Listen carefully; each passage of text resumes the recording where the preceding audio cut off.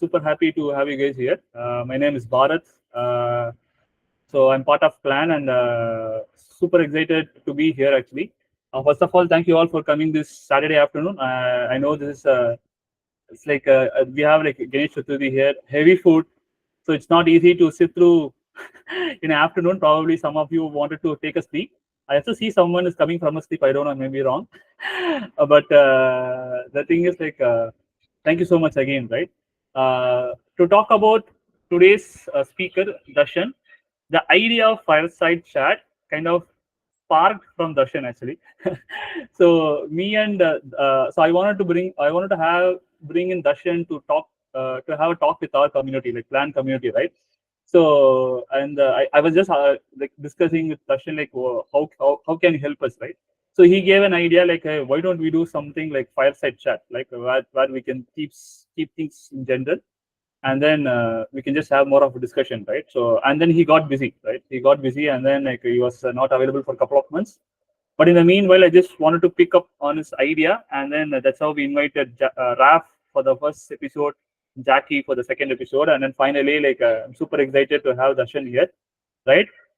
So Darshan currently is the head of design in Hygraph, right? It's a like engineering based startup. I let Darshan talk more about it in a minute, right? Apart from that, Darshan is also a vivid traveler. He's based out of Germany, and then he's been traveling across the world, right? And I have engaged with Darshan a couple of times in the last 1 year, and he was my mentor. I'd say like to in how do I create a new team, and also like how do I make sure that I scale my design team, right? So he kind of helped a lot from that angle. But I've been following Darshan in Twitter for quite some time now, right? The thought process that he has around design in BTB space is it's very unique, and also I like how and also like I got a chance to view a sneak peek like how he in another conversation with with another person, like he kind of showed his Figma file, right? Like how he beautifully organized, and then like the way he did is something really mind blowing. So he also wrote a blog about it. So I just copied into our lyric, and then we kind of improved on it, right? So basically, like Darshan inspired me also in that way, right? So I'll share all these links after the call, right, in the chat also for people who wants this. So with that, without any waiting, I think I'll invite Darshan. Hey, Darshan, yeah, please come over. Yeah, thanks a lot for having me and for all the kind words. I'll also just highlight this again. I know that it's a festive occasion, so thanks a lot everyone for joining on this call. We are also celebrating this year in Berlin. We are going to have a small celebration, inviting a few friends over, and my wife is going to make vada pav. It's a Mumbai street food item. I don't usually get to eat that, but when there are special occasions, my wife would put in the effort to make that.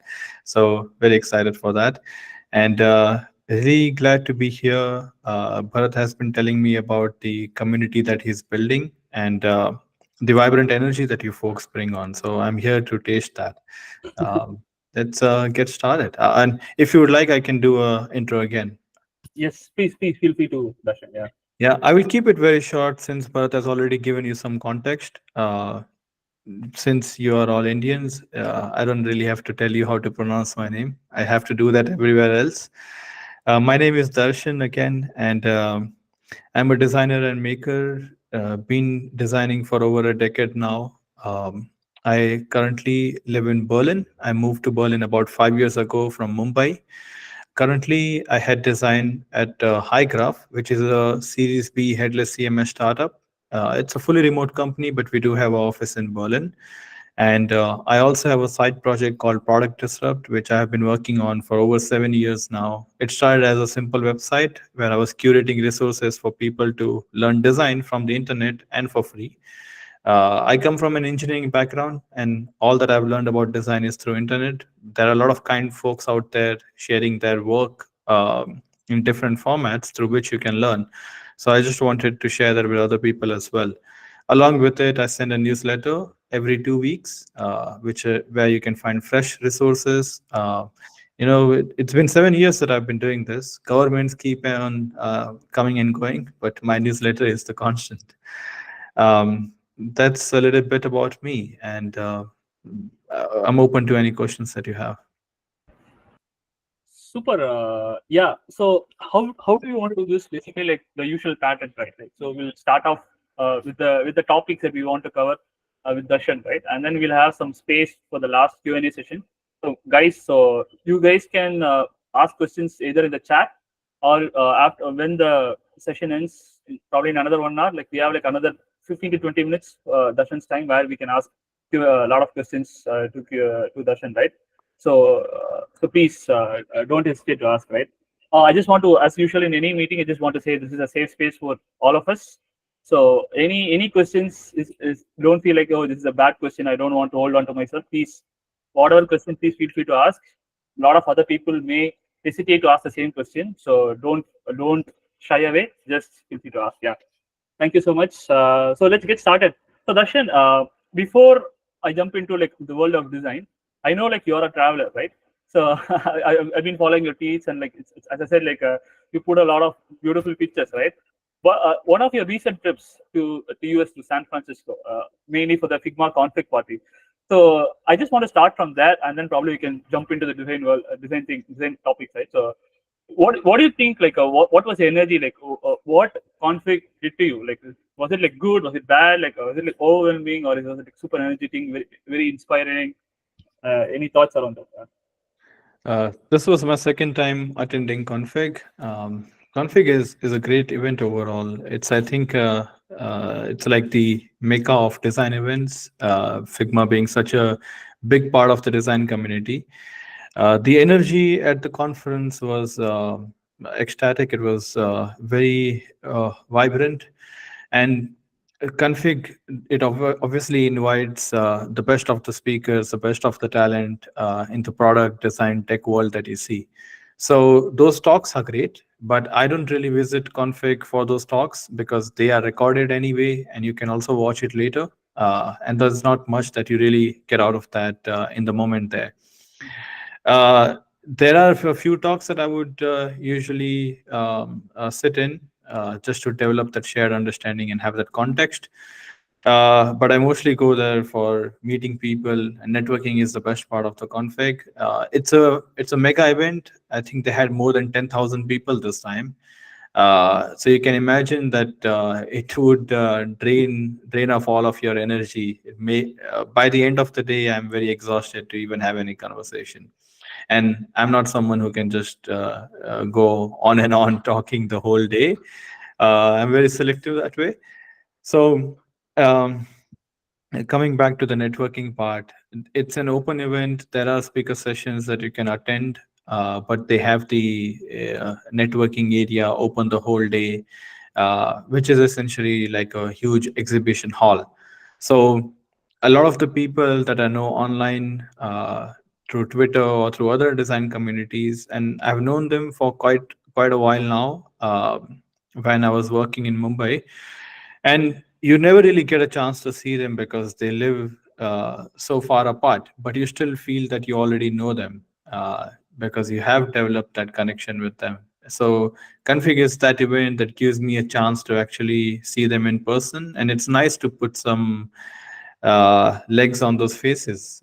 You only see the pictures and see them on the video call, but in config you actually get to see them in person, and that energy is very different. So it's like a reunion of sorts. So that is the best part that I got to do at config, and then it's also a reason for me to meet my old friends. Because I come from an engineering college, I think 70% of my class they live somewhere in the US. It's such a common thing for Indians to pursue MS in US and then start working there, right? So a lot of my college friends, they also live in the Bay Area, in San Francisco. Some of them live in other parts of USA. So I get a chance to also meet them in person, have some quality time together, rekindle on the memories that we had in college. What about 10 years ago? And it's always fun to see them. It's almost like you never left. And they still carry those fond memories. Of course, there's a lot that happens in our lives, and we can chat about that. But the energy, the love is still there, and that was great for me. So, and whenever I travel, especially to a country like US, which is so far away from Berlin, it just makes sense to take some time off and also travel. So I do that every time. I've been there 2 times. I've done that both the times, and that is the best part for me. Uh, Nice. Nice. that was Definitely. my config experience. Thanks for sharing that. Generally, I mean, like I just got to know that like our CEO told like you had a chance. Why did you go? Right? I mean, like that's something like I didn't even be aware of actually. Right? So that's why I just wanted to understand. Like I'm pretty sure like a couple of us they also will get a chance. I just wanted to know your opinion. Like, is it like how? Because I heard like there's a lot of people like oh it's could it be overwhelming, right? I see that like it's up to an individual to take that step. Like it doesn't matter like a configure any networking event. It is just like up to an individual like how far they can go and network, understand, make the connections, and see like how it can be useful. Right. So yeah. So thank you so much for sharing that, Darshan. Right. Yeah, So now and as you rightly pointed out, it's really up to the individuals what you make out of it. Config gives you access to so many people, a lot of people that you might be looking up to, the people that you have known, they would be there. So it's a great experience for you to connect with them, and you can really make it whatever you want it to be. But also you have to consider if you are living in India and then traveling all the way to US just for that one event alone. I can understand sometimes the cost don't make sense. And to be very honest with you, if I was early in my career, I would actually not do that. I don't think I get much value out of conferences that way. You are much. I would much rather share my work online and build connections that way. There's a lot more context that gets built up over the period of time. It's a great event if you're, say, a senior, or you are you are in later stages of your career. Then also a lot of times your companies also going to sponsor that trip for you, and then it makes perfect sense. But otherwise, I would not do that if I'm early in my career. thanks, man. I think that's very important insight. Yeah. Thank you, thank you, Darshan. Right now, moving on to the important topic, the usual topic that we ask all our fireside chat speakers. Right, to start off with, right now, 2 years ago, this was a new thing. Everyone were like excited. Everyone was scared. Some of them, oh, I'm going to lose my job because it's here. Right. So, and it is here right now, and a lot of people have started embracing it, right? And then a lot of people have started using it in their life, in their design journey, and it is helping them a lot, right? Now, I right now when I stand and see, take a step back and see, right? I'm seeing a lot of good things happening out of it, and a lot of like not so good things happening out of it. I'm pretty sure you understood Darshan, what I'm talking about, like the artificial intelligence, AI in design, right? So from your world, Darshan, right? I'm pretty sure that the one of why I wanted to talk about config is also you may have engaged with a lot of people in there also talking about AI and everything, right? So from all the from you can also be like voice of all others people from whatever they you heard from them. Also like from your own personal experience seeing this journey of AI in design, right? And like what are your general thoughts, Darshan? Like should we uh, should we? I know people have started embracing. Is there anything else that you want to talk about in design? I'll tell you, I have a question, but I'm just holding it onto it, onto it right now. I just want to hear your general thoughts about this, and then I want to ask a question. Actually, yeah. Yeah, I will give you my opinion. First of all, let's be clear that AI is revolutionary technology, and it's not a fad or a trend like cryptocurrency. There are real use cases of this, and I can understand. Things are very uncertain right now. Market is unstable.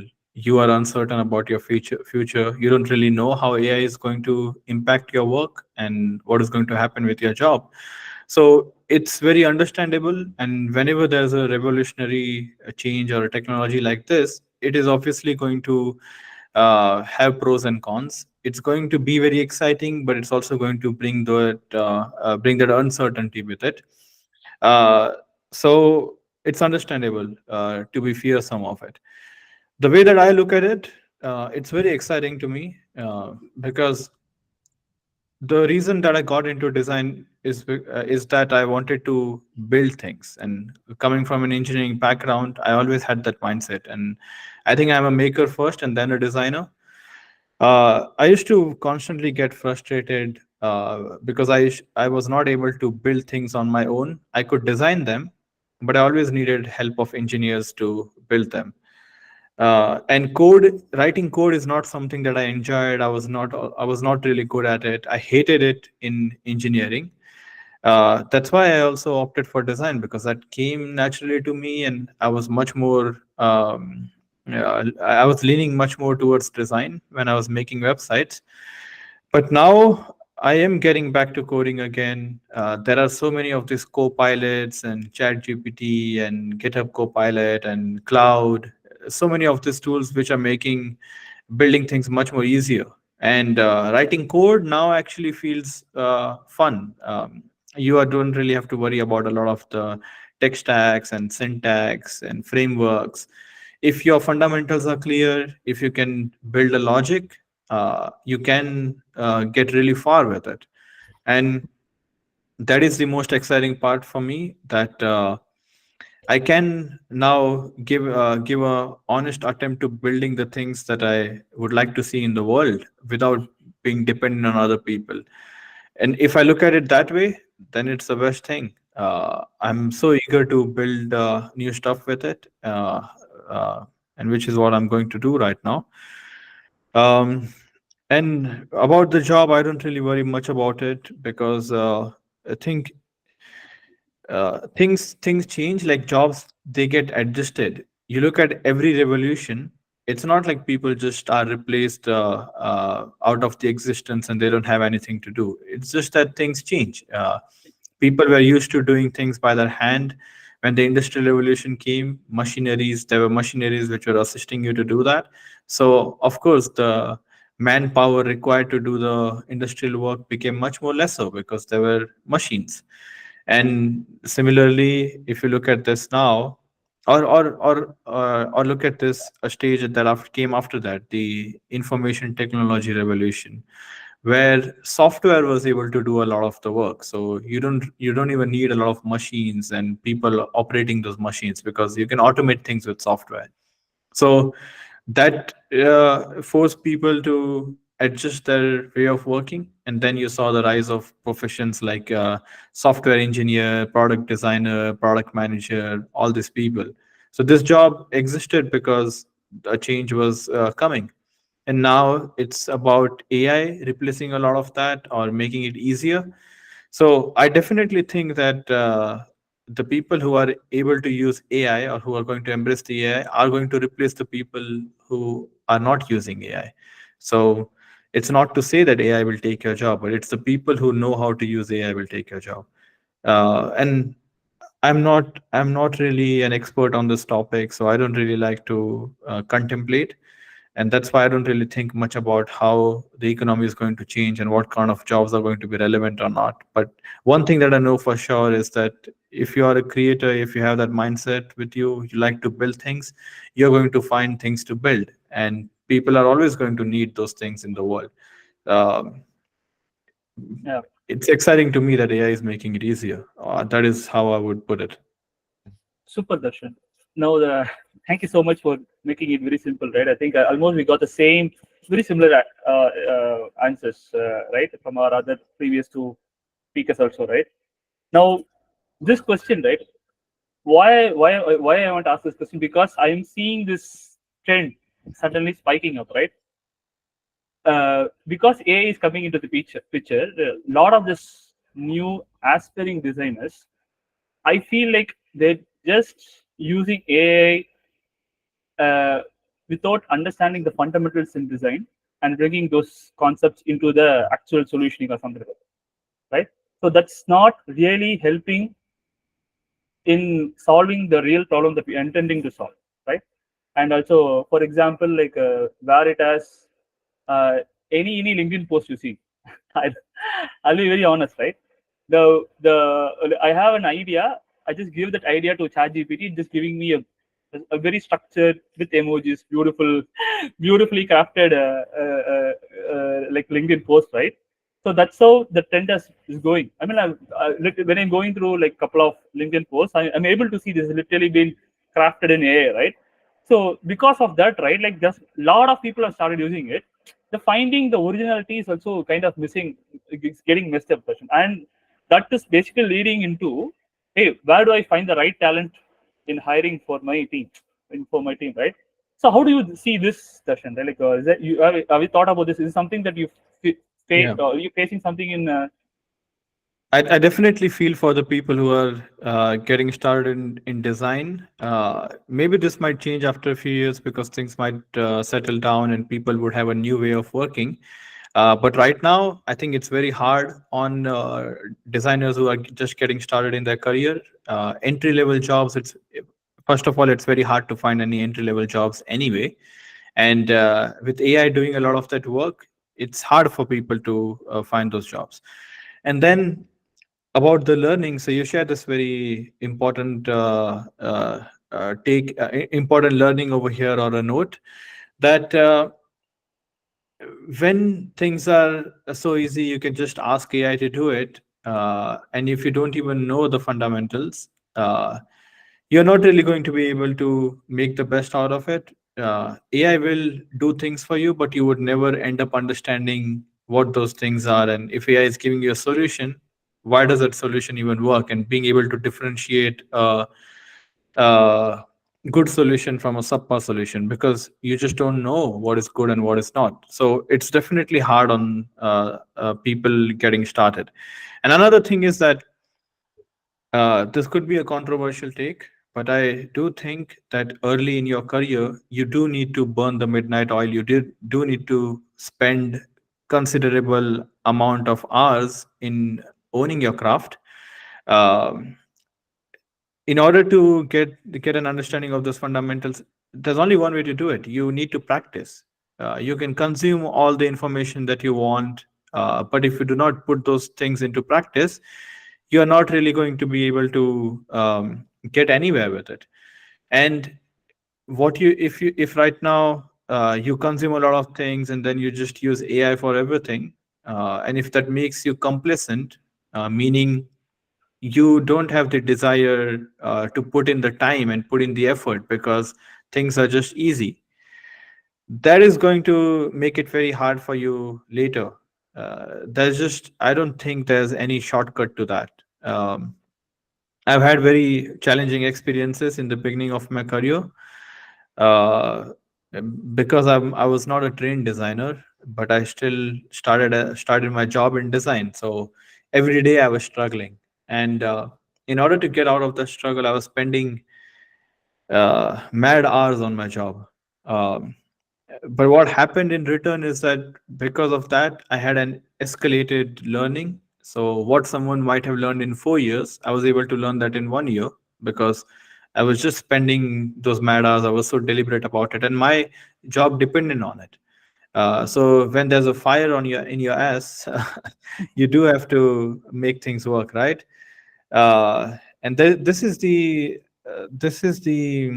irony that when things are easy, you don't have the need to really put in that effort, and the intrinsic motivation is also hard to come by. That's why people always need accountability and extrinsic motivation.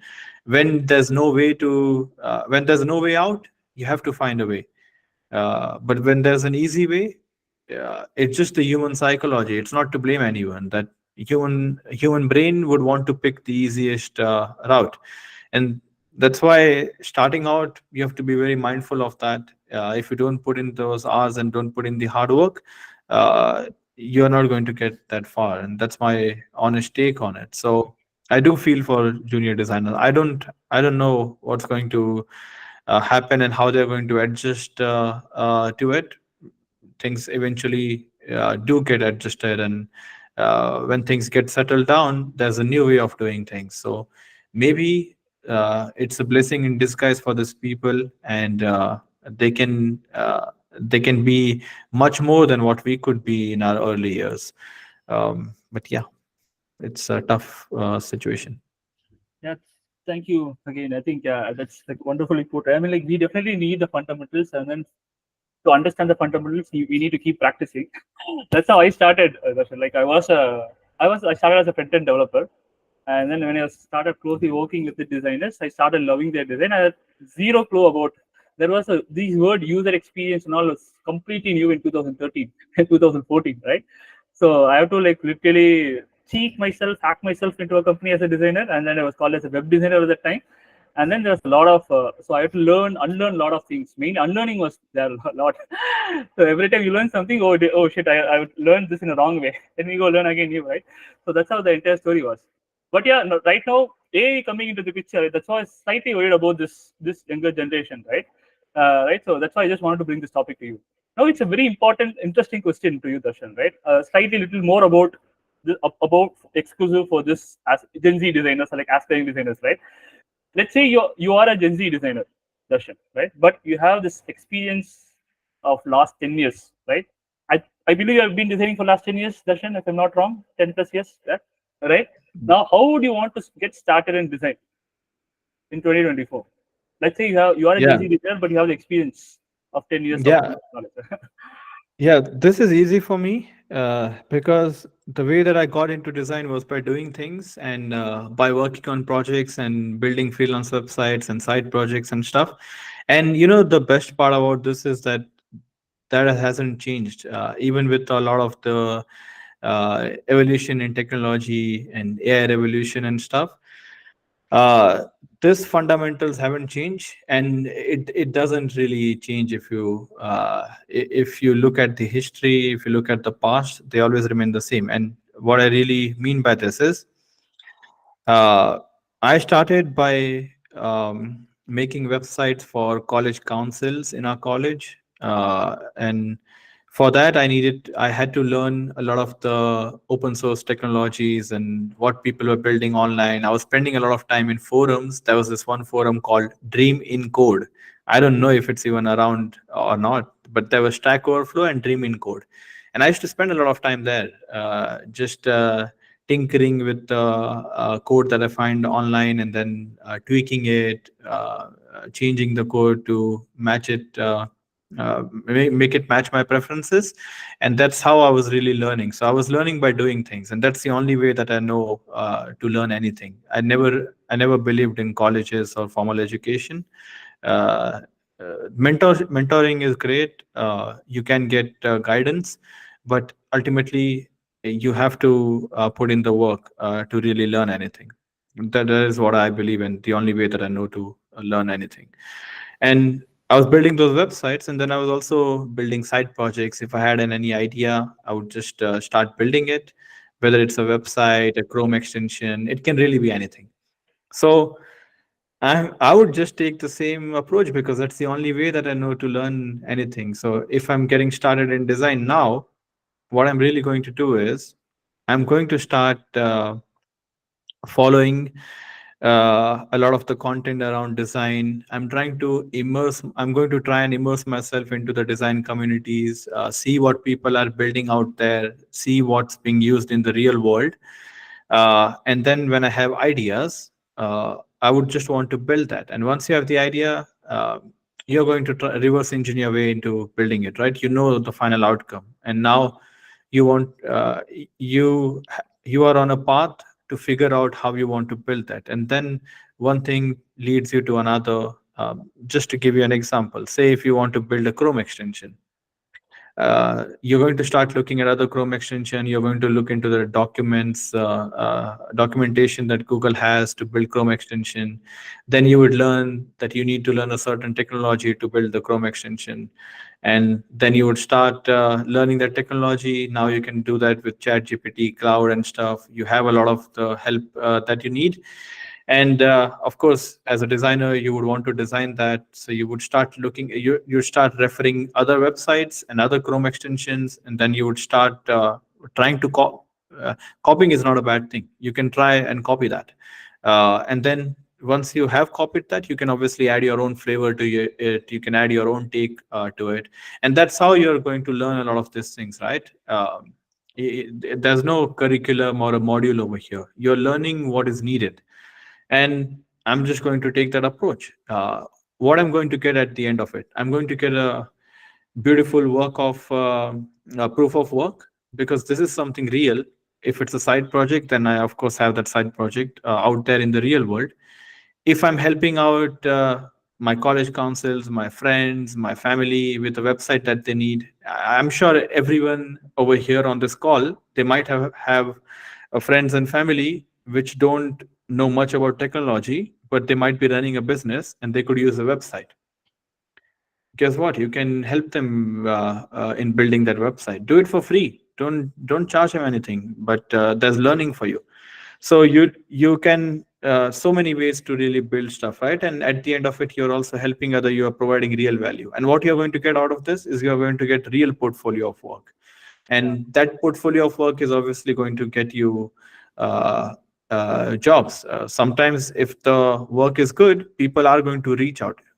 Everyone wants this kind of people on their team. So you are going to be sought out for if you are putting your work out there. And when you are applying, the chances of you standing out from the large hiring pipeline that we have nowadays, if I have 10 people with just concept work and some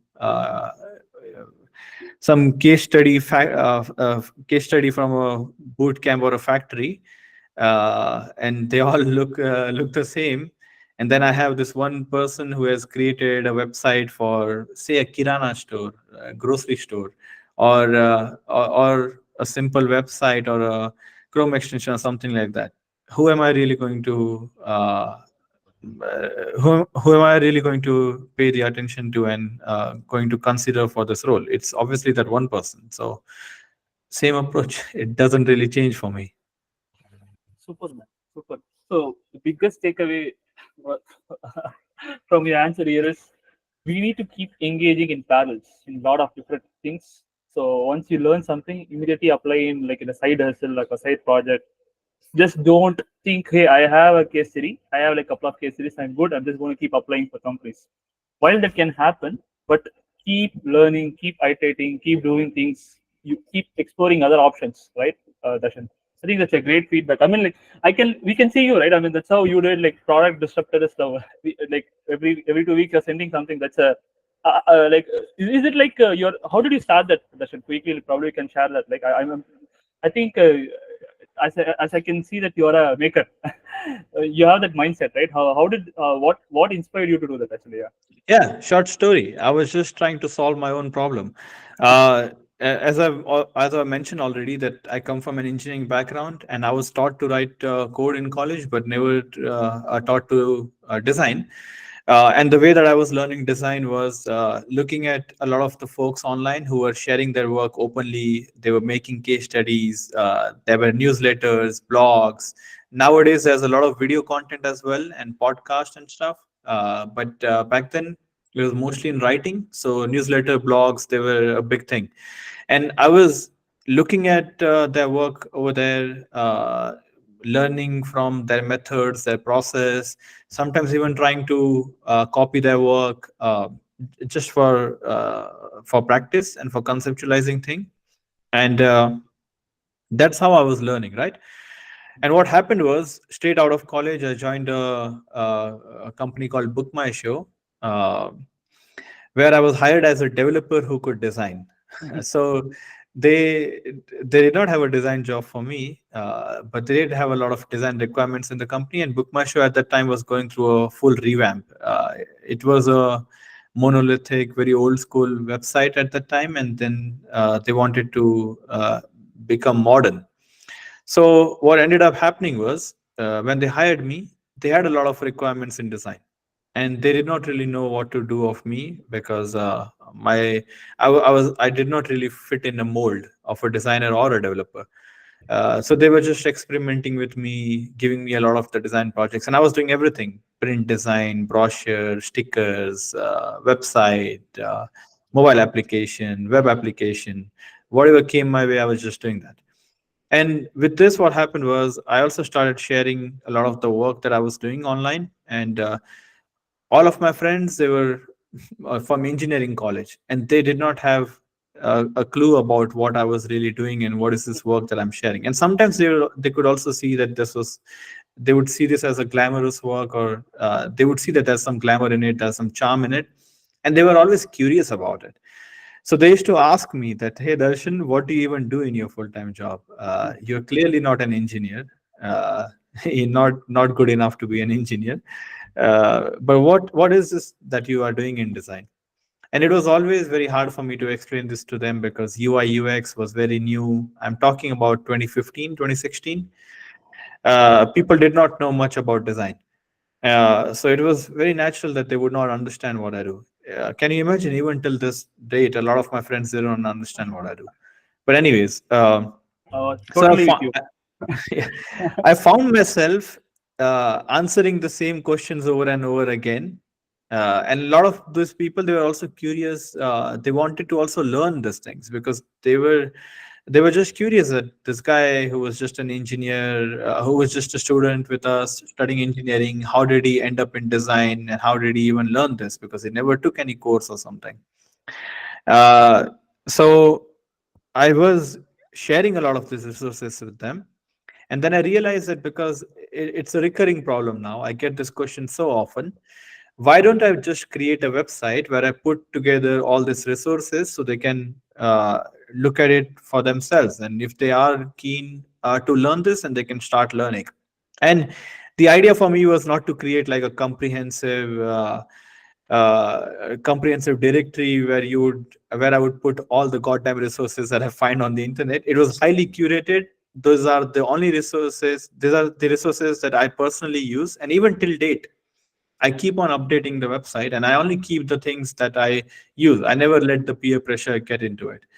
Um, and when I created this website, it was just on a weekend when I was in my second job. I had some free time, so I created this on a weekend, and the process of creating this was also very simple. I just downloaded one of the frameworks from the internet, more like a template. I think I paid about $24 for that, and uh, I had limited understanding of front end, so I knew how to really code this website. So I started on the template was like a boilerplate. From that, I was building on top of it. And within 4 or 5 hours, I had that website ready. And the main part was the resource curation, which I already had. Like I already had these resources that I was referring to. I just had to put them in a list. And then I made this website. After I made this website, there was a friend of mine from I think from Israel. Uh, this guy was a serial maker. Maybe you have used some of his products, but you don't know him. He runs this product called Panda Network, and Panda used to be this Chrome extension. Use Panda, you open a new tab and you get design inspiration. He had Collect UI. There are a lot of the side projects that he created. So some of you might have already used that. And he saw that I made this, and because he was a friend, online friend, he helped me launch that on Product Hunt. And Product Hunt was also new at that time. But to my surprise, when he launched that on Product Hunt, it became number one product of the day. And then from there, it got a lot of upvotes and a lot of traction. And I was very new to this world. Um, so people started giving me a lot of feedback. The community was very engaging. They gave me very good feedback, and they also gave me a suggestion that these resources are evergreen resources, so they can use them throughout their journey in design. But what if you also created a newsletter where you shared fresh resources with us? So internet things keep on getting made on internet, right? And that's where some guy gave me a recommendation to start a newsletter. I had no idea what a newsletter is, but I googled, Mailchimp came up. Then I just signed up for a free account and started sending this newsletter where I had this curated resources, and then the story just continued from there. So I was just trying to solve my own problem. Beautiful, man. I mean, like, see, one small idea that led to you to learn more about coding, and then you built a site, and then like through networking, you found someone, and that led you to like launch it on product, and from there, like it just continues, right? I think that's exactly like what it's missing, right? Even for me, I feel like community is my second thing that I'm doing, right? So like we need to find our, like, apart from work, apart from something, like what I can do, right? That can keep me inspired and also keep doing something in parallel. So that's very inspiring, Darshan. Thank you so much for sharing this. Yeah. So now, this is a very important question, right? I'm pretty sure a lot of people are waiting for this. People who already know this, like, how are you hiring folks in 2024, Darshan? Like, what is the hiring strategy? Like, what are you actually looking for looking for folks in an aspiring designers process seniors, right? Because it's not the same process for aspiring designer process seniors. Like, how are you hiring people? Yeah. Uh, I would again say that the fundamentals don't change that much, and there are a certain values that are very close to me and what I really look for in the candidates, which I'm going to look for irrespective of the role that Mm, they are applying for. mm, And the number one thing is ownership. So I need to see that mindset, that how you own up things. And I don't like to be the kind of manager who likes to micromanage stuff and tell you what to do. I would give you directions. I would help you out. I would nudge you whenever it's required. And I would like to be more of a mentor than a manager. So that's why finding people who own up their work, and there's also the kind of people who are going to find work for themselves. It's not like they're not say when they have downtime. This is, by the way, one of my favorite questions that I ask people in an interview. I asked them, this is how it goes. So I asked them that our company Hygraph is a remote company, and people are also working asynchronously. So there are going to be times that you are waiting on someone's feedback. Maybe their workday hasn't even started yet, and your workday is about to end because of the time zone difference. And now you have some downtime. You're waiting for the feedback from this person, and you cannot move forward with this project. And that was the task that you were working on. Now, what are you going to do with this downtime? So the way that the people answer this question to me tells me a lot about how they think about work. Now, if some people just tell me that I'm going to use this time to uh, learn something and go read some blogs or go through some websites, I know that they are bullshitting me. Someone who is passionate about this, like, this is something that you just do uh, irrespective of whether you have time or not. You find time for these things. You're like, you don't really go out there and say, hey, today I feel like I want to be inspired, so let's look at a few blogs and see if I'm getting inspired or not. That is not how things work, right? You are constantly consuming stuff, and when something sparks your interest, you're just going to read that. You're not going to keep it aside and then wait for the perfect time, wait for this downtime to really read that. So that's a completely bullshit answer, I know that. Oh, I'm obviously not going to take them forward in the interview process if they answer like this. And then some people would give me some very creative answers. Like some people would tell me that they are going to look at look at the open uh, specifications that are there for the features that we are working on. You can call it a PRD, you can call it a shaping document. There are different ways that you can name it. But essentially, what they want to do is they want to get an understanding of what's happening in the company. They want to see if they can be of use anywhere. Now they have this extra time. Maybe they can help other designer on the team with some of the work that they are doing. Maybe they can brainstorm with them. Maybe they can go on a Figma file together and try to come up with new ideas.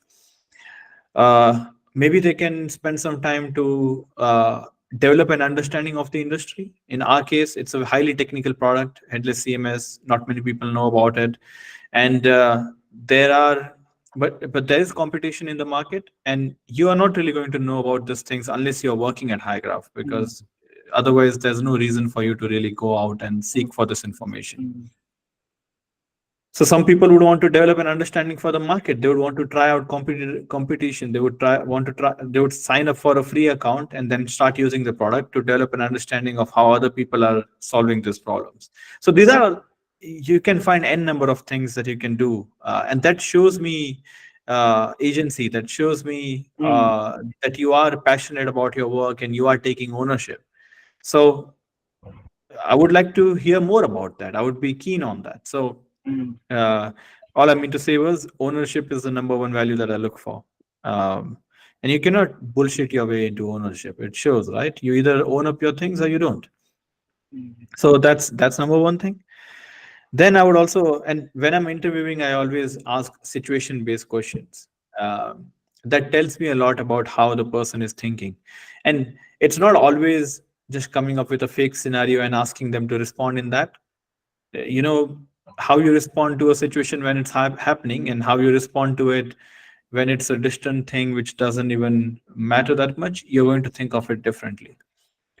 So I try to keep those situation based, like contemplating questions to a limited number, but I would rather ask them about, I would ask them to tell me stories about how things have worked out in their past experiences, when they had a conflict with a colleague, when they had a difference of opinion, how did they resolve it? What was the difference of opinion about?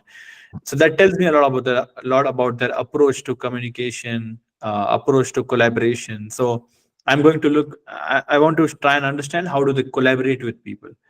Then I mm, want to throw questions at them where I try to understand that if they have a new problem, say there's a, I will ask them, you have joined this company, you don't know much about headless CMS. Yeah, you're not a technical person, you're a designer, but you are tasked with this problem. And in order for you to solve this problem, you need to understand the problem first. And for that, you need to develop a technical understanding. How are you going to go about that? What is your process to mm, learn that? So that mm, is again going to tell me how they think about it. So do they have a growth mindset or not? Are they curious enough? When they have curiosity to learn, how do they go about learning? So I think I've listed three things over here: yeah, yeah, ownership, yeah, growth mindset, which is eagerness to learn, mm, uh, collaboration. So I'm yeah, going to look for these things, and my questions are also going to be around that. And then, of course, there are some um, job level questions. uh, if you are applying for a senior product designer role, and if I see that there's a gap in the company where people are not good at product discovery, they are good at executing visual design. So now I want to bring on someone in the team who is good at product discovery, which means user research, user interviewing, uh, uh, stakeholder management, how do they collaborate with product managers. So then I'm also going to try and assess for those skills, and that always depends upon what I really want in the team, correct. and what they are interviewing for. This question is obviously going to be very different for brand designer or a motion designer. Mm. So those things are there. They are like they are like more like check boxes. I want to make sure that they have those skills, but that I Mm, can also see from their work. A lot of times their portfolio of work is also going to tell me a lot about that. So when I'm talking to them, then I want to assess for this fundamental principles or values that they hold close to them, and if they align with what I'm looking for or not. So that's my approach. super, super, Darshan. Yeah, I think you are very descriptive. It makes a lot of sense in hiring the right people once they come into the interview, right? Because it's very important, like what kind of people I hire. I have like follow-up questions on this, Darshan. Like, let's say you are posting a job in LinkedIn or anywhere, right? You get like 100 applicants. Like minimum right now, if you put within like 2 hours, I'm pretty sure you'll get 100 applicants, right? How would you choose certain people in giving them the first call? That kind of, I know like you cannot call everyone, right? And that's very unfair, right? How would you choose those profiles, right? Like why am I asking this question is basically like this lot of aspiring designers, that's where they are struggling. Oh, how do I get? I'm not even getting that call, right? I believe I have very good portfolio. I believe I have a very good case study, but I'm not getting that call, right? So, any thoughts around that question? Yeah, yeah, there's a caveat to this. So I strongly believe that the best of the people, they are usually not in the market for the job. So you actually have to actively reach out to them. And it helps that I've built this network or audience over the Mm, period of time. So uh, I'm always like I'm always on the lookout for people who do good work. mm, So whenever there's an opening, and if I see that I already know some people who could be a great fit for this, then I'm personally going to reach out to them. Mm. So that makes it easier. So that's number one thing that I do. And then, of course, I also make the application open online, and I can't just be reaching out to people that I have seen, whose work I have seen. It's a huge world out there. So I want to miss out on good talent, right? So when the application is out there, and you are absolutely right, it's an employer's market right now. So there are going to be like not even hundreds. I would say sometimes it even goes into thousands of applications that apply for a single role, and then it makes it very hard for a hiring manager to screen them, uh, because I would want to give everyone a fair chance, and I have to go through a lot of this application. So honestly speaking, a hiring manager only spends about 7 or 8 seconds at one application. So, but for me, the number one thing that I'm going to do is click on the portfolio link. And a biggest red signal here is that a lot of times people send you portfolio links where it's just inaccessible. What I mean by this is sometimes they would link to a Google Drive document, and or Google Not given Drive access. or Google folder, and not giving you the access. And then it's a you want me to review that application, you want to send a message that you're interested in this role, and you didn't even consider that your application, your portfolio is not accessible. So that happens. Sometimes people send you long PDFs where you can't even see the work properly. Sometimes they also do that, like this messing up with the access thing. It's such a common thing. People would send you a link to the Figma prototype, and then that's also not accessible. So that is like a big red flag, and usually those people get rejected right away. Um, but like sometimes if I have seen their answers to some of the questions, and if I've seen their LinkedIn, and if I see that this person could have a good portfolio, I would actually reach out to them and ask them to make it accessible. So sometimes I Oh, give them a chance there. nice, nice, But nice. but to be very clear, hiring managers are not that kind, and they don't have the time in the world to really do that. So if you're lucky, that happens. So first of all, you have to be really careful with that. Yeah. Then the portfolio of work is obviously important. So I'm going to quickly scroll through the portfolio and see if I find interesting work over there. If I find interesting work, then I'm going to put them in the interesting bucket. uh, because it's important that as soon as I find an interesting candidate, I just don't directly reach out to them and move them to next stage. It's a numbers game, and it's a pipeline, right? So I want to first cluster the interesting candidates, and the way for them to stand out is obviously to have a good portfolio. And with that, by the way, at this point we have not gotten comparative yet. We are not comparing anything. If the portfolio on its own is good, then it's good, then it falls into the interesting bucket. This is not to compare it with any other portfolio. Yeah. And then that's also very easy to see. Like the number one thing that I see in any portfolio is typography. I think typography can make or break your work, and it's a clear signal if you understand design or not. uh, Humans, what do we do? In order to interact with anything, we are going to read stuff, right? And there is like a certain rhythm that is there to your work when you do good typography. Do you understand the spacing? Do you understand the contrast? Do you understand the letter spacing, the line height? And that's very easy to see. Yeah. If you are experienced and if you have developed taste in design, you'd be able to see that in what, five And seconds those or are the fundamentals you're talking about, right? yeah. Those are. So like this things because I wouldn't have the time at this point to go through like 5 page case study and read every word that they've written over there.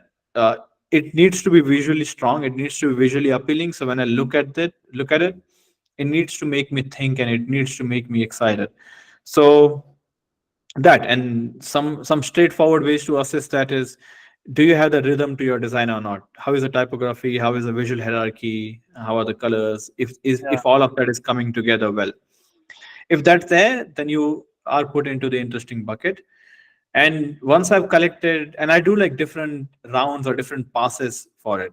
If there are 1,000 application, I cannot review more than 20, more than 25, 30 applications in one seating. If I do that, I'm going to Like this is just how human psychology works, right? You get very susceptible to that, and then you're not going to have a fair assessment because you have seen so much already. And to be honest, out of this 25, there would hardly be one portfolio or none at all which would really catch your attention and which you would consider to be interesting. So it's a lot of hard work to go through a lot of garbage and uh, screen out good work. So so that's there. And once I have collected some candidates in the interesting bucket, now this is where the comparison happens. Now, mm, if there are 10 candidates here, obviously there's only one role, and I want to move some of them to another round, then from those 10 portfolios, say I would have like 4 or 5 move to next round. And now I'm purely comparing not just the work, but I'm also comparing the background. I'm seeing if they fit the role that we have or not. And mm, and candidates should always remember this, that this is never personal, and it's all about the fit. A lot of times you can be the best designer in the world, but if you don't match with what the company really needs, then of course they're not going to move forward with you. And the inverse is also true, that you can actually be a shitty designer, but your work aligns with the work that the company wants. In that case, you are going to be the chosen one, and the ones that were better than you, they are not going to be. So it's never really like a black uh, and white thing here. It's always about the fit. All right, so we were at the interesting candidates, right? Now, I'm comparing if they have done some work in the past. I can also look at the history. I can see the LinkedIn. I can see if mm, the work aligns. If you have worked at similar companies, if you have worked in the SaaS B2B space, then of course that's a better signal. Now here I'm purely looking for a fit because I have to choose, right? From these 5 candidates, I have to choose which one I interview. So here you cannot do much. It's just that sometimes you have the fit or sometimes you don't. So you should mm, not be disheartened by that. mm, Uh, because your work in itself, it did leave an impression and you could have been interviewed, but it's just that because you didn't fit and there were other candidates in the pipeline which were a better match, that's why they got a chance. Nothing to do with you. Yeah, and once I move them forward, if it doesn't work out in the interview rounds, then of course I go back to the interesting bucket again, and I see if I can move this people to interview. So this is how the overall process really works out. thank you. But Beautiful. to answer it in short again, in order to stand out, you need to have the fundamentals right. You need to have a portfolio which is accessible. It doesn't need to be anything crazy, really. You don't need to have like scroll checking and crazy animations and interactions on your website. None of that is really required. As long as it's easy for me to see your work, think of it this way: in 5 7 seconds, if I can see your work, I can get directly to it. That's going to already leave a good impression. Th- Thank you so much, Darshan. Like one follow-up question on it. That's a final question on the portfolio, right? See, the most important problem that I am seeing in aspiring designers, at least in my community, is right. Some of them think that I have the best portfolio or best case study, right? When do you think they need to stop? Hey, stop, or when do you think they should do like self-evaluation, right? Like, hey, how do they know that they have the best portfolio? How do they come to a conclusion? Oh, I have the best portfolio. Are you able to understand my question? I think that's the problem because, as you said, it's an interesting portfolio. Even Suneha was asking like, what is interesting portfolio means, right? In the chat, like, Yeah, right. how does So when you say best, it's comparative, right? mm, You are best because others are not good, and that's why you are best. So, but I don't really get into that territory, and I think it's just a waste of time to really try to outbeat your competition by creating the best portfolio. That's why I always tell people that make it simple to access, and you obviously also have to be very clear about who your target audience is, right? Now, if you are making a portfolio for other designers, this is the trap that people always fall into. Create Designers create their portfolio for other designers. It should not be the target audience. You are not supposed to really stand out with 5 of your colleagues, right?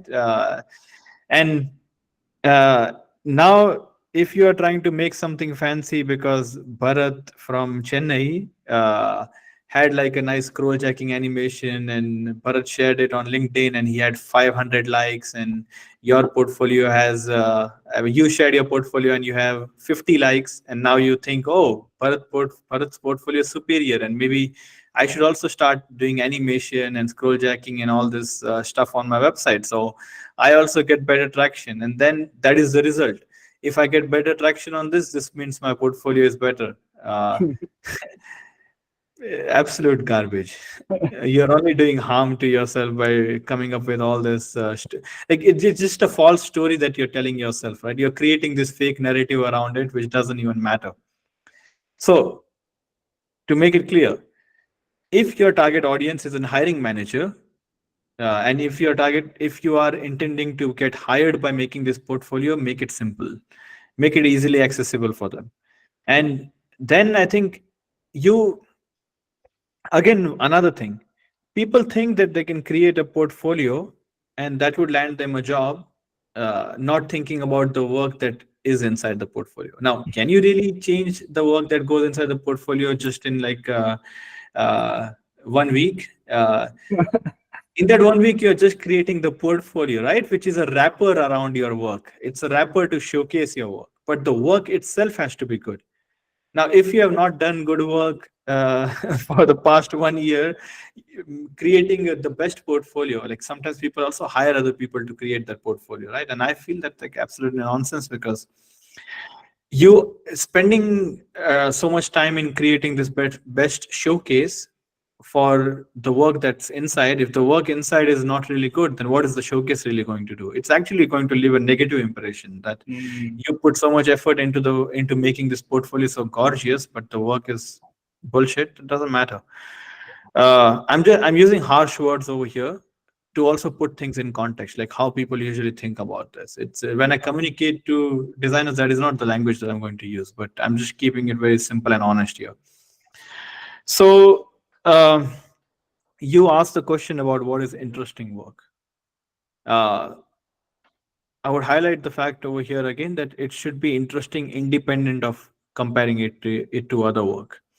Mm. And uh, it's very simple for work to be interesting, for design to be interesting. Is that, do you have good typography? How is the breathing space? Is there a good visual hierarchy? How have you used the colors? What is the contrast on that?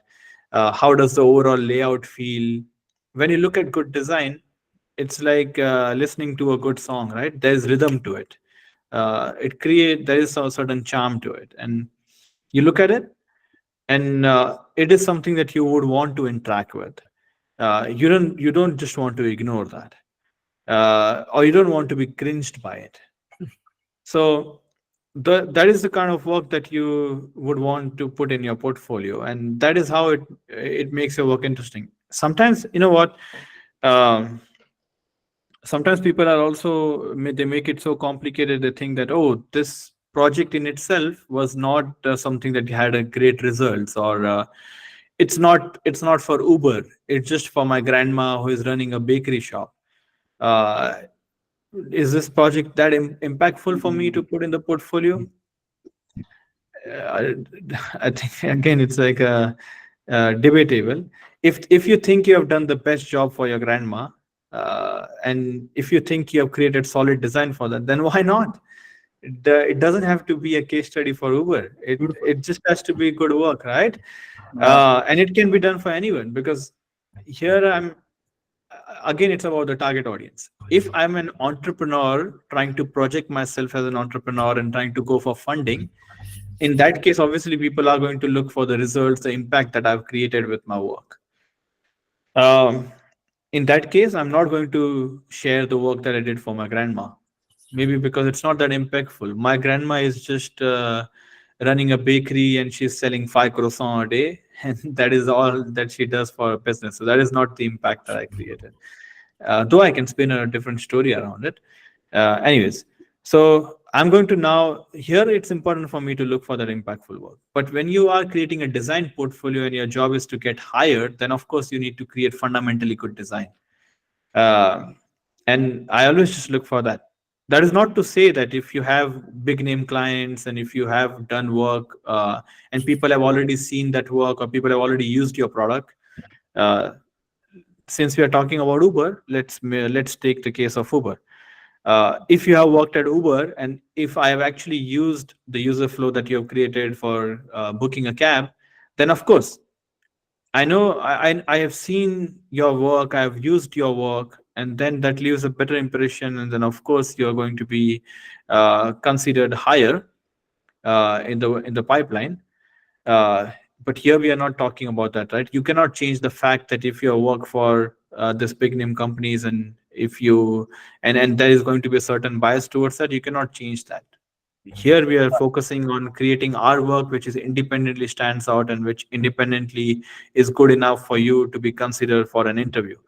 And that's when you need to pay attention to this basics. That's when you need to make it good, make it solid, and then it doesn't really matter what you have done, be it a multi-billion-dollar company or be it your grandma's bakery.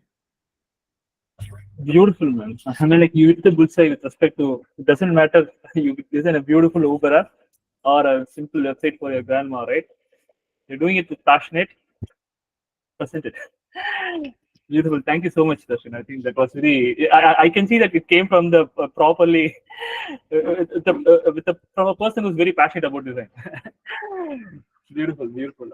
Super, Darshan. So we almost have only 20 more minutes, right? We can just keep talking. I know it's like design is a very big subject and there's a lot of things to cover. Probably we can do this in a couple of other months, Darshan, like probably 3 to 4 months. Probably we can continue this conversation there. But right now, right, like. Uh, where I'm so I just didn't see the time. It just went out, right? So one last question. So you are like you are coming from the space of B2B, right, Darshan? Right. So one last question with respect to this portfolio. Generally, there's I've seen a lot of young aspiring designers or like 0 to 1 people trying to get into B2B work, right? So they have this assumption that they need to have a B2B kind of case studies, B2B kind of portfolios, right? Right. So, what are your thoughts on that, Darshan? Do you think a aspiring designer or like the 0 to 1, 0 to 2 trying to enter from a B2C world, do you think they need some case studies around because it's very hard to do something around it? I mean, I'm not sure. It could be, it may not be like they have to they can take some any existing problem statement they see somewhere. I'll try to do that. Or but from the hiring manager perspective, like, do you think you look for those things? Yeah. Short answer is that it doesn't matter. Um, you can. There's no reason for a good designer who has only worked in the consumer space not be able to do B2B work. Hmm. If that was the case, then you're just not a good designer. You cannot be so specific on a market that you work in that you are unhireable in other markets. So I don't really think of portfolios that way, and there's no really. I think it's a uphill battle to try and create case studies for a job that you want, because then you are also uh, de- uh, decreasing your pool for applying for the applications, right? Then if you are trying to create this one case study to be hired at Hygraph, then it's not going to be useful for other job applications applying for. So it's an uphill battle and too much wasted effort in that. Though, if you are really passionate about some company that you want to work for, there are other ways to show that passion, Hmm. which is not by creating a fake case study for them, but actually, if you are passionate about a company and you try to do redesign something that they have done, if you give your unique take on something that they have, you try to break down on some of their concepts.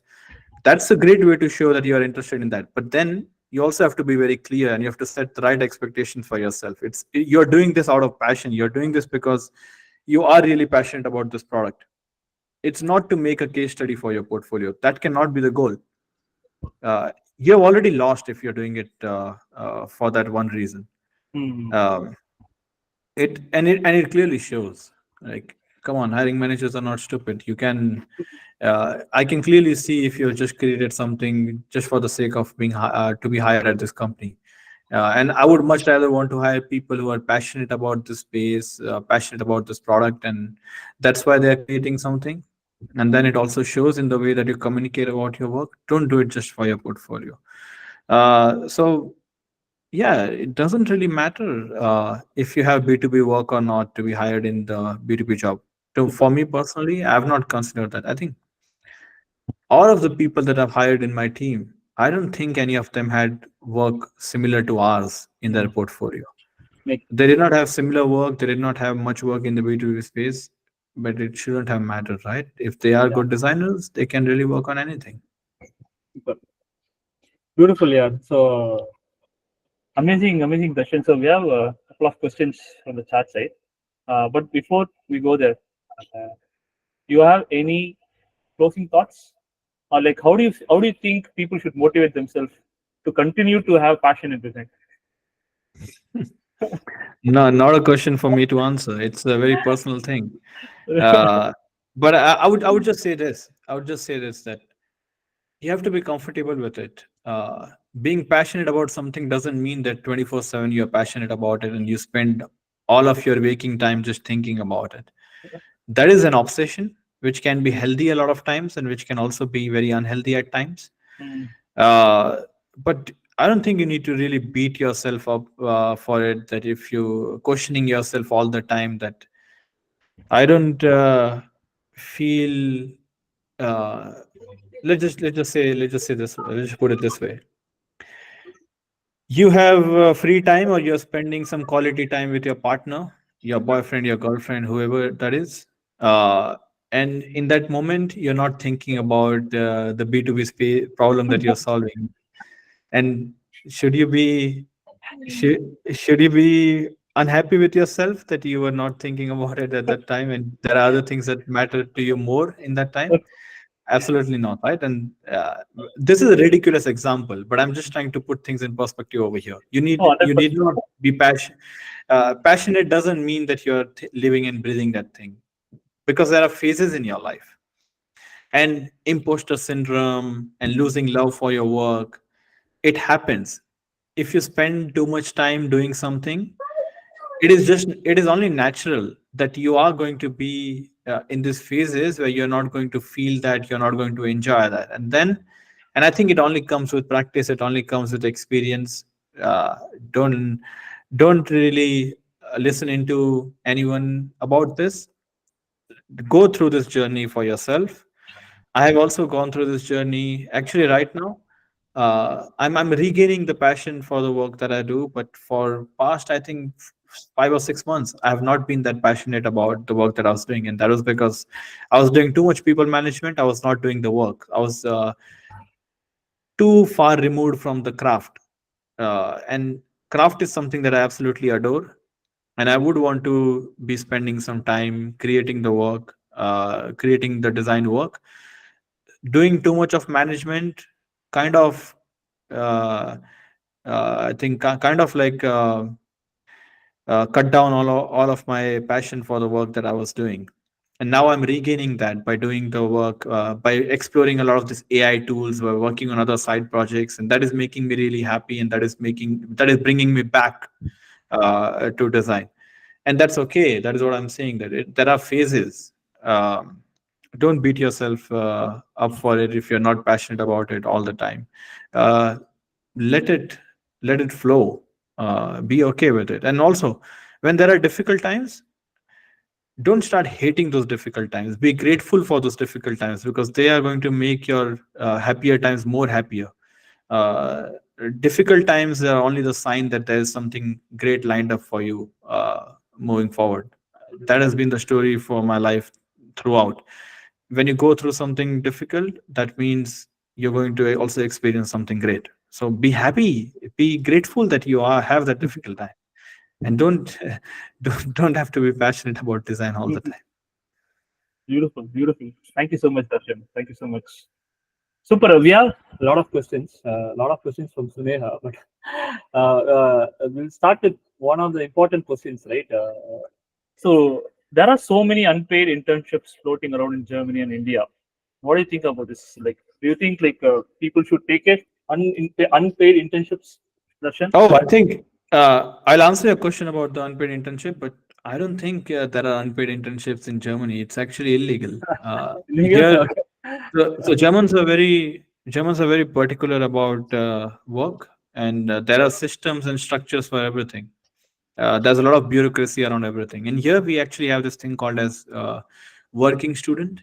So when you are a student, you are allowed to work 20 hours a week. So a normal person who's not a student, they can work for 40 hours, right? And a student is allowed to only work for 20 hours, and that is the work that they get paid for. And there are minimum wages, and every legal entity has to abide by that law and provide you that minimum wage. You can't ask anyone to just work for free in Germany. So you can actually get into some serious trouble if you do that. So, but I know in India things are very different. I have been far removed from it for more than 5 years now, so I don't know much about how things are. But I know that there's a lot of people. They also try to abuse you when you are early in your career, and when someone is trying to abuse you, then that's a different thing. But if you ask me about my take on unpaid internship, I don't think it has to be a bad thing always. It's like it's just like this, right?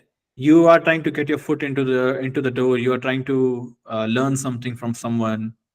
You're looking for a mentor. Actually, them giving you time and them giving you that opportunity cost them more than what it would cost you to give them your time, and it cannot be repaid by this like stipend that you get. So early in my career, I would say yes to a lot more things, irrespective of the money that it would get me, because I was just passionate about it and I wanted to learn. I wanted a chance.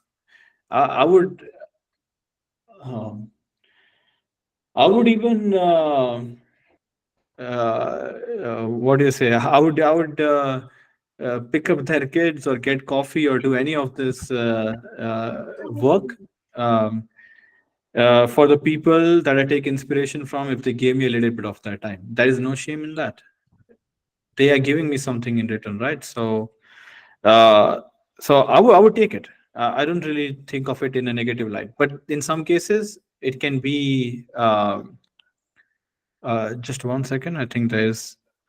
Right. There was a beeping sound. I think it was because of the smoke. Okay. So when some people actually try to just abuse you and they try to get free work out of you, and they have no intentions of paying you, have no intentions of recommending you, then that's a no for me. Then you have to be very careful, and you have to know that when you are being played out, and then you have to be really careful of that. And unfortunately, there's a lot of evil in the world. And there's no silver bullet to that. It's just a thing that comes with experience. And once you are burnt by this experiences a few times, you know not to put your mouth there. So it just is as simple as that. But in general, you should not be ashamed of doing free work. And I know a lot of people on the internet and the experts or pseudo advisors and these people who are already in a great position, they would tell you to never take up that work, and they would write big LinkedIn post about ethical design and how things should be and how you should be paid and stuff. But it's reality is not that. The same people might have done a lot of unpaid jobs, and they might even be grateful for that because because of what those jobs gave them in return. So to each one, to each one on its own. You have to uh, be mindful about this doing these things. But when you're early, time is the luxury that you have. When you're later in your career, you don't have time, but you have other things. So you make up for that by money and by access and network and stuff like that. Early in your career, you can spend a lot more time on that. So be generous with that and take a lot of the things in return. Super. Thank you so much. It's a very different perspective. I thought you were going to say like don't go for it. But you just like blew my mind. Thank you so much. So, so I mean, Suneha asked a couple of questions. I think you answered those in your thing, like basically like what kind of selective projects or portfolio, and also you spoke about Hygraph. You prefer a portfolio with case studies, those things, right? So I think Gauri Shankar had a question like future of work from home. What do you think? So let me spin this around with the designers, right? Do you think design? I personally believe in hybrid model. As a family person, I like working in office, also being with my family. That's really helping me great. It's working beautifully for us, or at least at Lyric, right? But as a designer, and also like I'm a senior person, so it works well for me, right? But as an aspiring designer, work from home option. What do you think, that's actually? Well, I think that people should have those options, and they should try everything for themselves to decide what really works for them and what not. And again, it's again about the different phases in your life. Mm. Uh, Simple example: when I started early, when I started in my career at Book My Show, I would have not been able to have that growth in my career if I was working from home and if I started remotely, because then I would not have access to those people. I would not know how things are really done. I would not overhear conversation which I was not supposed to. In remote environment, there's no way for me to really get into those conversation or be in the same room and learn how things are really done over here and learn what it takes to really upskill to go to the next level. So I would have lost on all of those opportunities if I was working remotely. That's why I personally feel that when you're starting out, it's a disadvantage to work remotely, because you're going to lose on a lot of this learning opportunities. So you need to be in the room with these people, and you're going to learn a lot of adjacent skills. Uh, the skills which are not directly designed, but adjacent skills which are going to be useful in your career, you're going to learn that when you're in an office environment. So that's why I would do that. Later, when I had spent about 3 years, I think, working from office, say 2 years actually. And when I was then I started freelancing. I was a consultant for 3 years. That was the time when I traveled to a lot of different places and I was working from there. All I really needed was a laptop and good internet connection. And I was doing remote work before it was cool and before it became a trend. People are forced into doing remote work in pandemic, but that was the time when you had a choice. And I think it was the digital nomad era, and when digital nomadism was on the rise, and remote work was also on the rise. Luckily for me, because I was working as a consultant and I had clients from all over the world, it didn't really matter where I was working from as long as I did the work, and I could use a lot of the skills that I had learned in my office job to then be able to do this remote work. Absolutely enjoyed that time, had a blast. The only reason why I was able to travel so much and I was able to open my perspective towards things and learn so many things was because I was traveling and working. Would have never been able to do that from an office, but I could only do that because I had the 3 years of experience, so I could build on top of that. Super. Then came the time of hybrid, and I wanted a hybrid role because here at Hygraph, I have the luxury that I can go to the office in Berlin, and it's only for the people who live in Berlin. People who live outside of Berlin, we don't have an office for them. We don't have any benefits for remote work, which means they can work from wherever they want, but most of them are just working from home. They have a nice home setup. We don't really tell them where they should be working from. So for me, it's a luxury. When I need some social time, I do my best work when I'm actually at home, and I mean when I'm at home, not remotely from working from a cafe or a beach or something. I'm not able to really focus that much. In home, I have a comfortable space. I have a nice setup. I'm able to really spend a lot more time and get more done. So when I want to do work, I'm at home. When I want to do meetings or get some social time, I go to the office. So hybrid works that way for me. So in short, I'm not going to preach anything. To each of its own. You have to go through all of these experiences and figure out for yourself what do What you is that? prefer at what period of your time.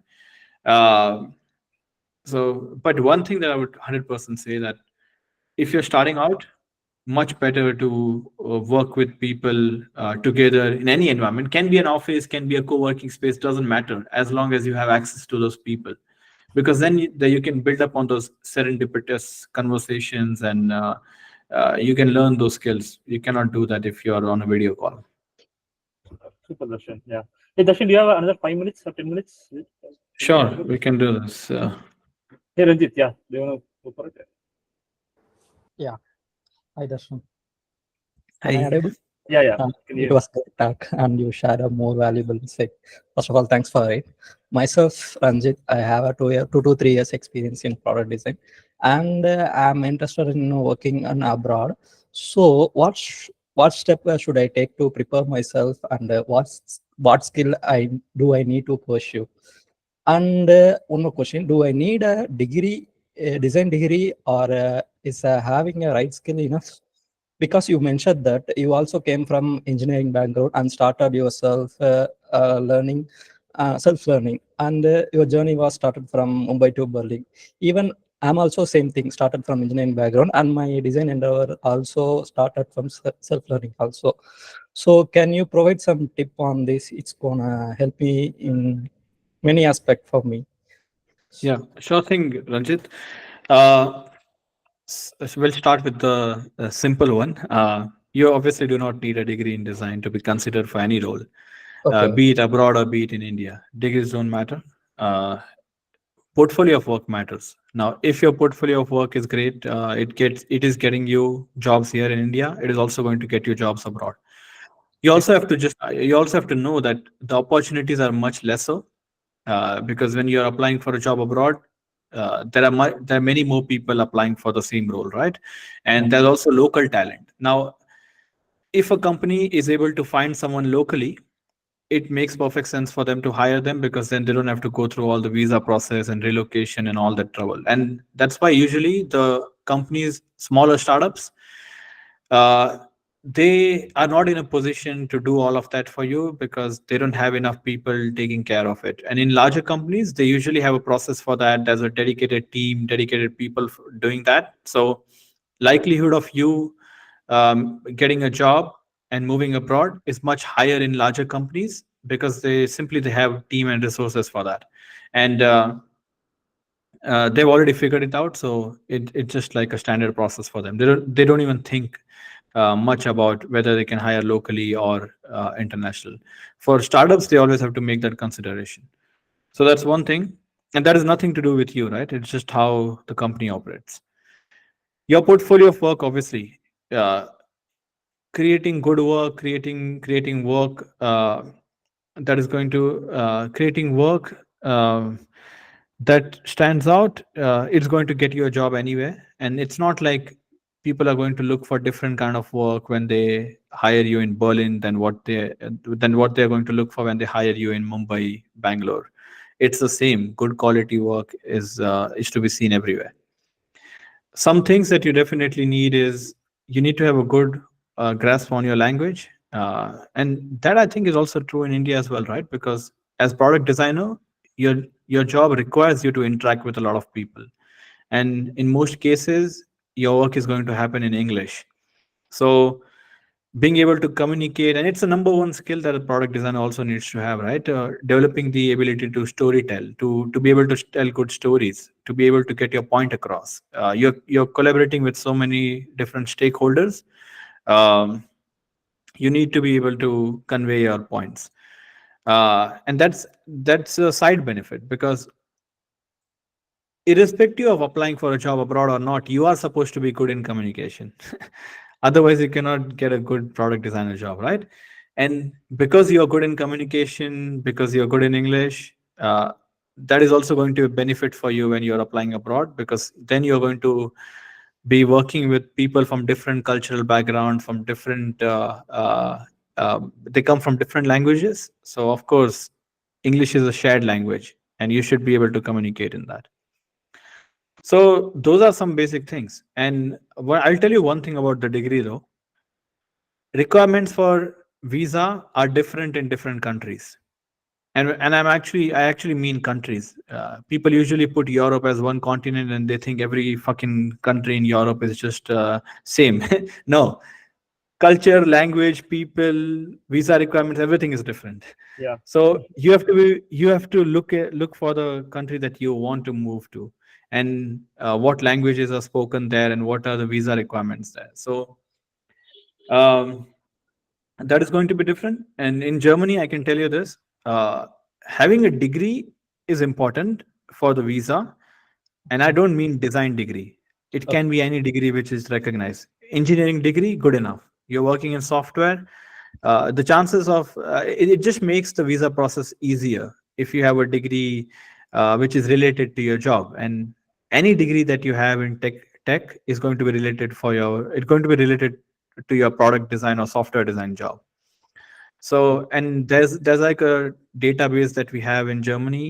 They try to match your degree with that, which just tells them that what is the standard or equivalent that we have for it. So, some colleges or some degrees, universities, they are not recognized. So, which means you have to go through an extra process.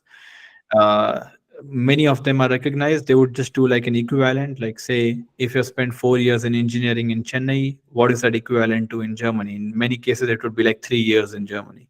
So they would just do the mapping that way, and that is just one step in the process. So having a degree can be useful there. Actually, you know what, that is the only time in my entire life where my degree has given me any value. When I was moving to Berlin, uh, I had a 4 year engineering degree that removed one step from the process, and it gave me a blue card instead of a regular visa. And that was the only fucking time where my degree was of any use to me. Okay. so, so I guess it would be useful to you as well. Thank Super. Thank you, Ranjit. you. So we have two more questions. I don't want to keep Darshan more. Like he's in the other side. I think you also need to go for celebration, like Ganesh Chaturthi celebration. That's what he told. So last two questions. Suneha, you want to go first, and then Bharat, you can go second. Sure, thank you, Bharat.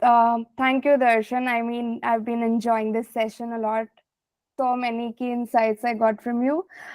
So my question is one on, like, I'm continuing the question from Ranjit. So I'm based in Berlin on a family reunion visa. So I wanted to understand, do you think German is required? I know I've researched a lot on job JDs, but like most of them don't ask for German. But do you think it's a skill which is like I can focus on now, but or I can put it on a back burner for now? What do you think? All right. Hello, Sunaya, and nice to talk to someone who's also based in Berlin. Well, I think you know a lot of these things, so maybe I cannot provide much value here. I'll just try to keep this very short. Um, for most of the startups, companies companies which are global, their working language is English. So there they don't really need German. Though there can be some roles like business management and where they are supposed to talk to clients and they're supposed to do B2B sales and stuff. In that case, they need German, and in which case they would explicitly mention this in the description that they require German as a skill. But and also with anything in life, if you have German, if you are applying for companies in Germany, it's just an additional benefit that you can get, which means that uh, it would open up the number of companies that you can apply to.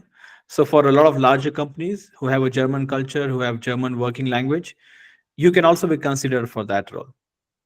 So you're just increasing your chances. But for most of the companies, startups, companies that work with a global audience, Mhm. they all work in English. They don't require you to speak even a single word of German. And for me, I would say it's never really a matter of concern, because these are not even I mean, the companies where only German is spoken or German is a requirement, they are anyways not the companies that I want to work for. They are not the startups. They are not working with global companies. I like to work in diverse companies. I like to work in companies where there are people from different backgrounds. And I don't get that in larger companies. I would not get that in larger companies anyway. And that kind of bureaucracy, that kind of process is not for me.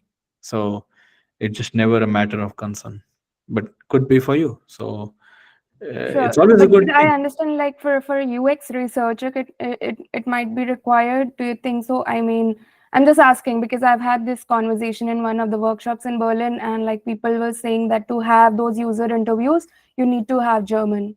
So Again, that again depends, right? Now, if you are supposed to interview people locally, if your product, the company that you're working for, they have a product made for German audience, Mhm. in that case, obviously, they would want you to talk to German people, and for that, you need German. Mhm. They can assist you with translation sometimes, but it's not that helpful. We all know that. So in that case, you would need that. But take an example of any of the startups that you see in Berlin, which are catering to a global audience. In case of Hygraph, it's a SaaS application. Anyone in the world can use it. Yeah. Doesn't make any sense for us to just speak to German audience. So we don't require any of our product design, user research, all these roles to have German. Absolutely not a requirement. Right. But we have roles in business development where they are supposed to get tap into the German speaking market, which is Switzerland, Austria, and Germany. Yeah. There they need to start conversations in German. There Yeah. they need to engage with these people who are speaking German. So there we need German language. So highly depending on your role and your company. I think and if you take example for UX researcher in Klarna, in Zalando, think of all this whatever companies that come to your mind. They are not talking to just the German audience. So Correct. then German is not a requirement. Correct. But Got it, Darshan. irrespective of that, you should definitely put effort into learning German. If you live Yeah. here, it Yeah. it Right. I mean, it makes sense that you are able to feel at home and you're able to have Right. conversations with people locally, right? So I'm learning Yeah. German just for that. Yeah. That's And like great. That's great. one of my friend, she's from college. I used to work with her in the first as a developer in Cognizant. We used to work together. She learned German. She got off. I think it's a good university. Like I forgot the name, but she's working as in KPMG there, Russian. Like she's a senior director now. She's speaking fluent German because she knew that in the first 1 year she didn't even take effort to learn German, but she knew that I need to learn German, and now she's like master of it, right? So that's why she got immediately like a lot of promotion there, right? So I mean, like drawing parallels to the language thing, Darshan, I believe like wherever you go, like learning that particular language, at least from the UX researcher, that's a beautiful point that you brought in, right? Talking in local language with the people will help us get more closer to them in understanding what are the, at least observe them what's going on, right? So thank you so much. Directly, like while helping Suneha, you also helped us. That's truth. Yeah, super. One last question, and then we'll close up. Darshan, Bharat, you want to go for it, man? Yeah. Yes, yes. First of all, thank you, Darshan, for your time and knowledge that you shared here today. It's really helpful. So I'm not going to waste your time. I'm going to jump to my question right away. So when you said that most of the teammates that you've hired in Hygraph are not doesn't have a history or a portfolio that is close to what they're doing today. So I want to understand how you made that choice. How is that choice made? Uh, to put more context on this, I work with a design agency based out of Australia, and we deal mostly with B2B websites. But I've had opportunities to work on B2B products as well, but like a very couple of products, not much. But where I want to be in the future is I want to move towards B2B product. So that's where I hope you understand where I'm coming from. So Yeah. I Sure want thing. to understand how the decision is made and how the choice is made. Yeah, 100%, Bharat. Apart from all of this standard rounds like screening of the portfolio review and stuff like that, there's the final make and break round called collaborative workshop, which I've designed for hiring at Hygraph. In this collaborative workshop, we try to create an environment for the candidates where we give them two collaborative partners. So I get a product manager and an engineer to join the call. I give the problem statement beforehand to the candidate and explain them how the workshop is really going to go. So candidate is like a facilitator. I give them a fictional problem. It doesn't have anything to do with Hygraph. To give you an example, there's one problem that I created was planning trips is difficult in general, and when you are and if you're booking an apartment on Airbnb, uh, generally you would have a lot of your other planning done in other applications, siloed in different places. But what if Airbnb could also provide you a way to do that? So create a way where you can plan a trip with your friends in Airbnb. Now it's a very open statement that way. I'm not telling you to design a particular feature that you can that would help you with travel planning in Airbnb. I've left it open. This is a problem that we have, and we want to solve that. Now it's up to you how you really solve that. So that is a question that I've given you.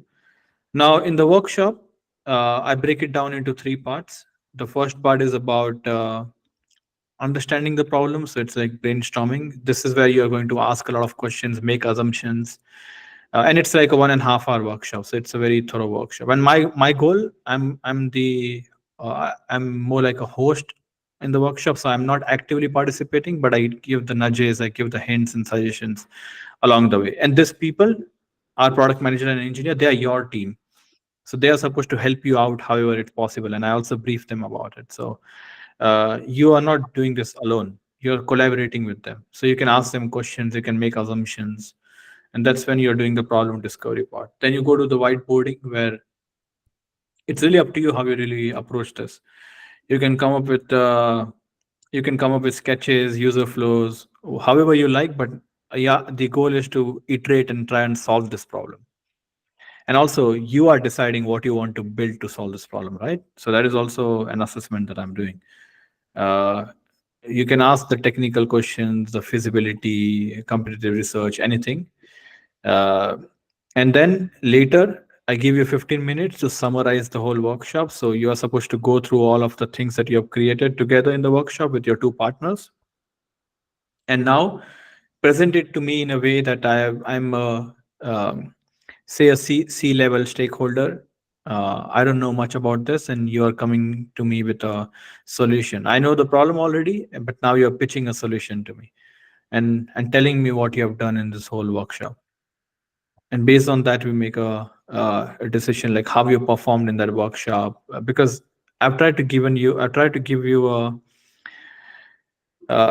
this fake environment where not a fake environment, it's like a simulated environment where you're collaborating with our people, and it tells me a lot about how you're thinking about problems, how you're doing things. And I'm absolutely against take home exercises. I think they're garbage. You do that in silo, doesn't really tell me much about it. If I wanted to see your work, I can see that through portfolio. But with collaborative exercise or workshop, I get to see the skills in action. I get to see how you're thinking about things. And by the way, final result doesn't matter to me. I don't expect you to give me like a final design at the end of the workshop. That is absolutely not what I'm looking for. I'm looking for what you have come up with. It can really be anything. Can be wireframes. Sometimes people would actually create UI. Some people would also do prototyping. It depends upon them. So that is like the main step in identifying whether I want to take a chance on this person or not. Okay, that's amazing. That's valuable. So I have a follow-up question on this. So all this is really subject to you've explained to me what you have done earlier. So what I want to understand is to get through the first step. So in my portfolio, I have the websites and the products that I've worked. I have only two products. Hello. I have only two products that I've worked until now and a couple of websites. So to get through the first level of hiring, do you think I can add up more hypothetical product B2B product based case studies, or should I just go with this one and see how it goes? Like, what is your I mean, suggestion? I think I answered this earlier. It's up to you. If you want to create a conceptual project, that's also okay. You're not going to get any minus points for that. If you think you can portray your skills better by creating this concept project and which is catered to the B2B market, great. But I'm just going to evaluate it like just any other project. And of course, if it's a real project, then that gets more value. But I mean, it's not something that is just going to win the case for you. It is subjective. Yeah, I mean, I'm going to look at other projects as well, right? If that work is good, then of course I will consider it. So, it I don't think creating this B2B project is really going to move the needle a lot for me. It just has to be good work. So you mean with whatever that I've done and up until now, if the fundamentals are right, that fundamental design, everything that Yeah. we look for is right, then it should work, do the job. Yeah, That's what- exactly. And also it depends. It also changes from people to people, right? Every hiring manager would have a different process to evaluate things. In my experience, I've seen a lot of my friends also they do it this way. This is also what I care about. So yeah, it's never It's very a black subjective. and white thing. It Yeah, is that's the thing. Yeah. it is very subjective, and you cannot really take that part out of it. People sometimes try to objectify everything and try to make it look like it's just a there's just a plain science to it. No, there's no plain science to it. Darshan There are also kind of humans answered involved. to it, right? Like Darshan, you also said like the fitting part into the company also comes into picture. Like what kind of portfolio, like is it like relevant? The relevancy also with the kind of use case that you are trying to solve as a product, right? And then like if your portfolio, if you are in a, if your portfolio is in the good time at the right place, probably it makes sense. Probably lucky for you, the universe is telling, okay, I can continue my conversation with Bharat. That's how it is, yeah. But yeah, I think almost 2 hours. Thank you so much, Darshan. Thank you so much. I think this was wonderful conversation, right? As I said, we can just keep going, but I think even I'm running out of energy. I'm pretty sure you too. You need to have your lunch or something. Please have a wonderful weekend, right? And then I hope every one of you had a good time. You can also give some reactions just to celebrate Darshan for his time today. Thank you so much. Yeah, I'm just taking a couple of photos. So yeah, thank you, Darshan. Yeah. All right, thank you so much, Bharat, and for all you people here. You had a lot of energy, which also got me pumped up. And that is amazing. So keep up with this. Keep up with the good work. Try to do the things which are in your control. Don't worry too much about the things that are not in your control. Do more and think less. Thinking is the enemy.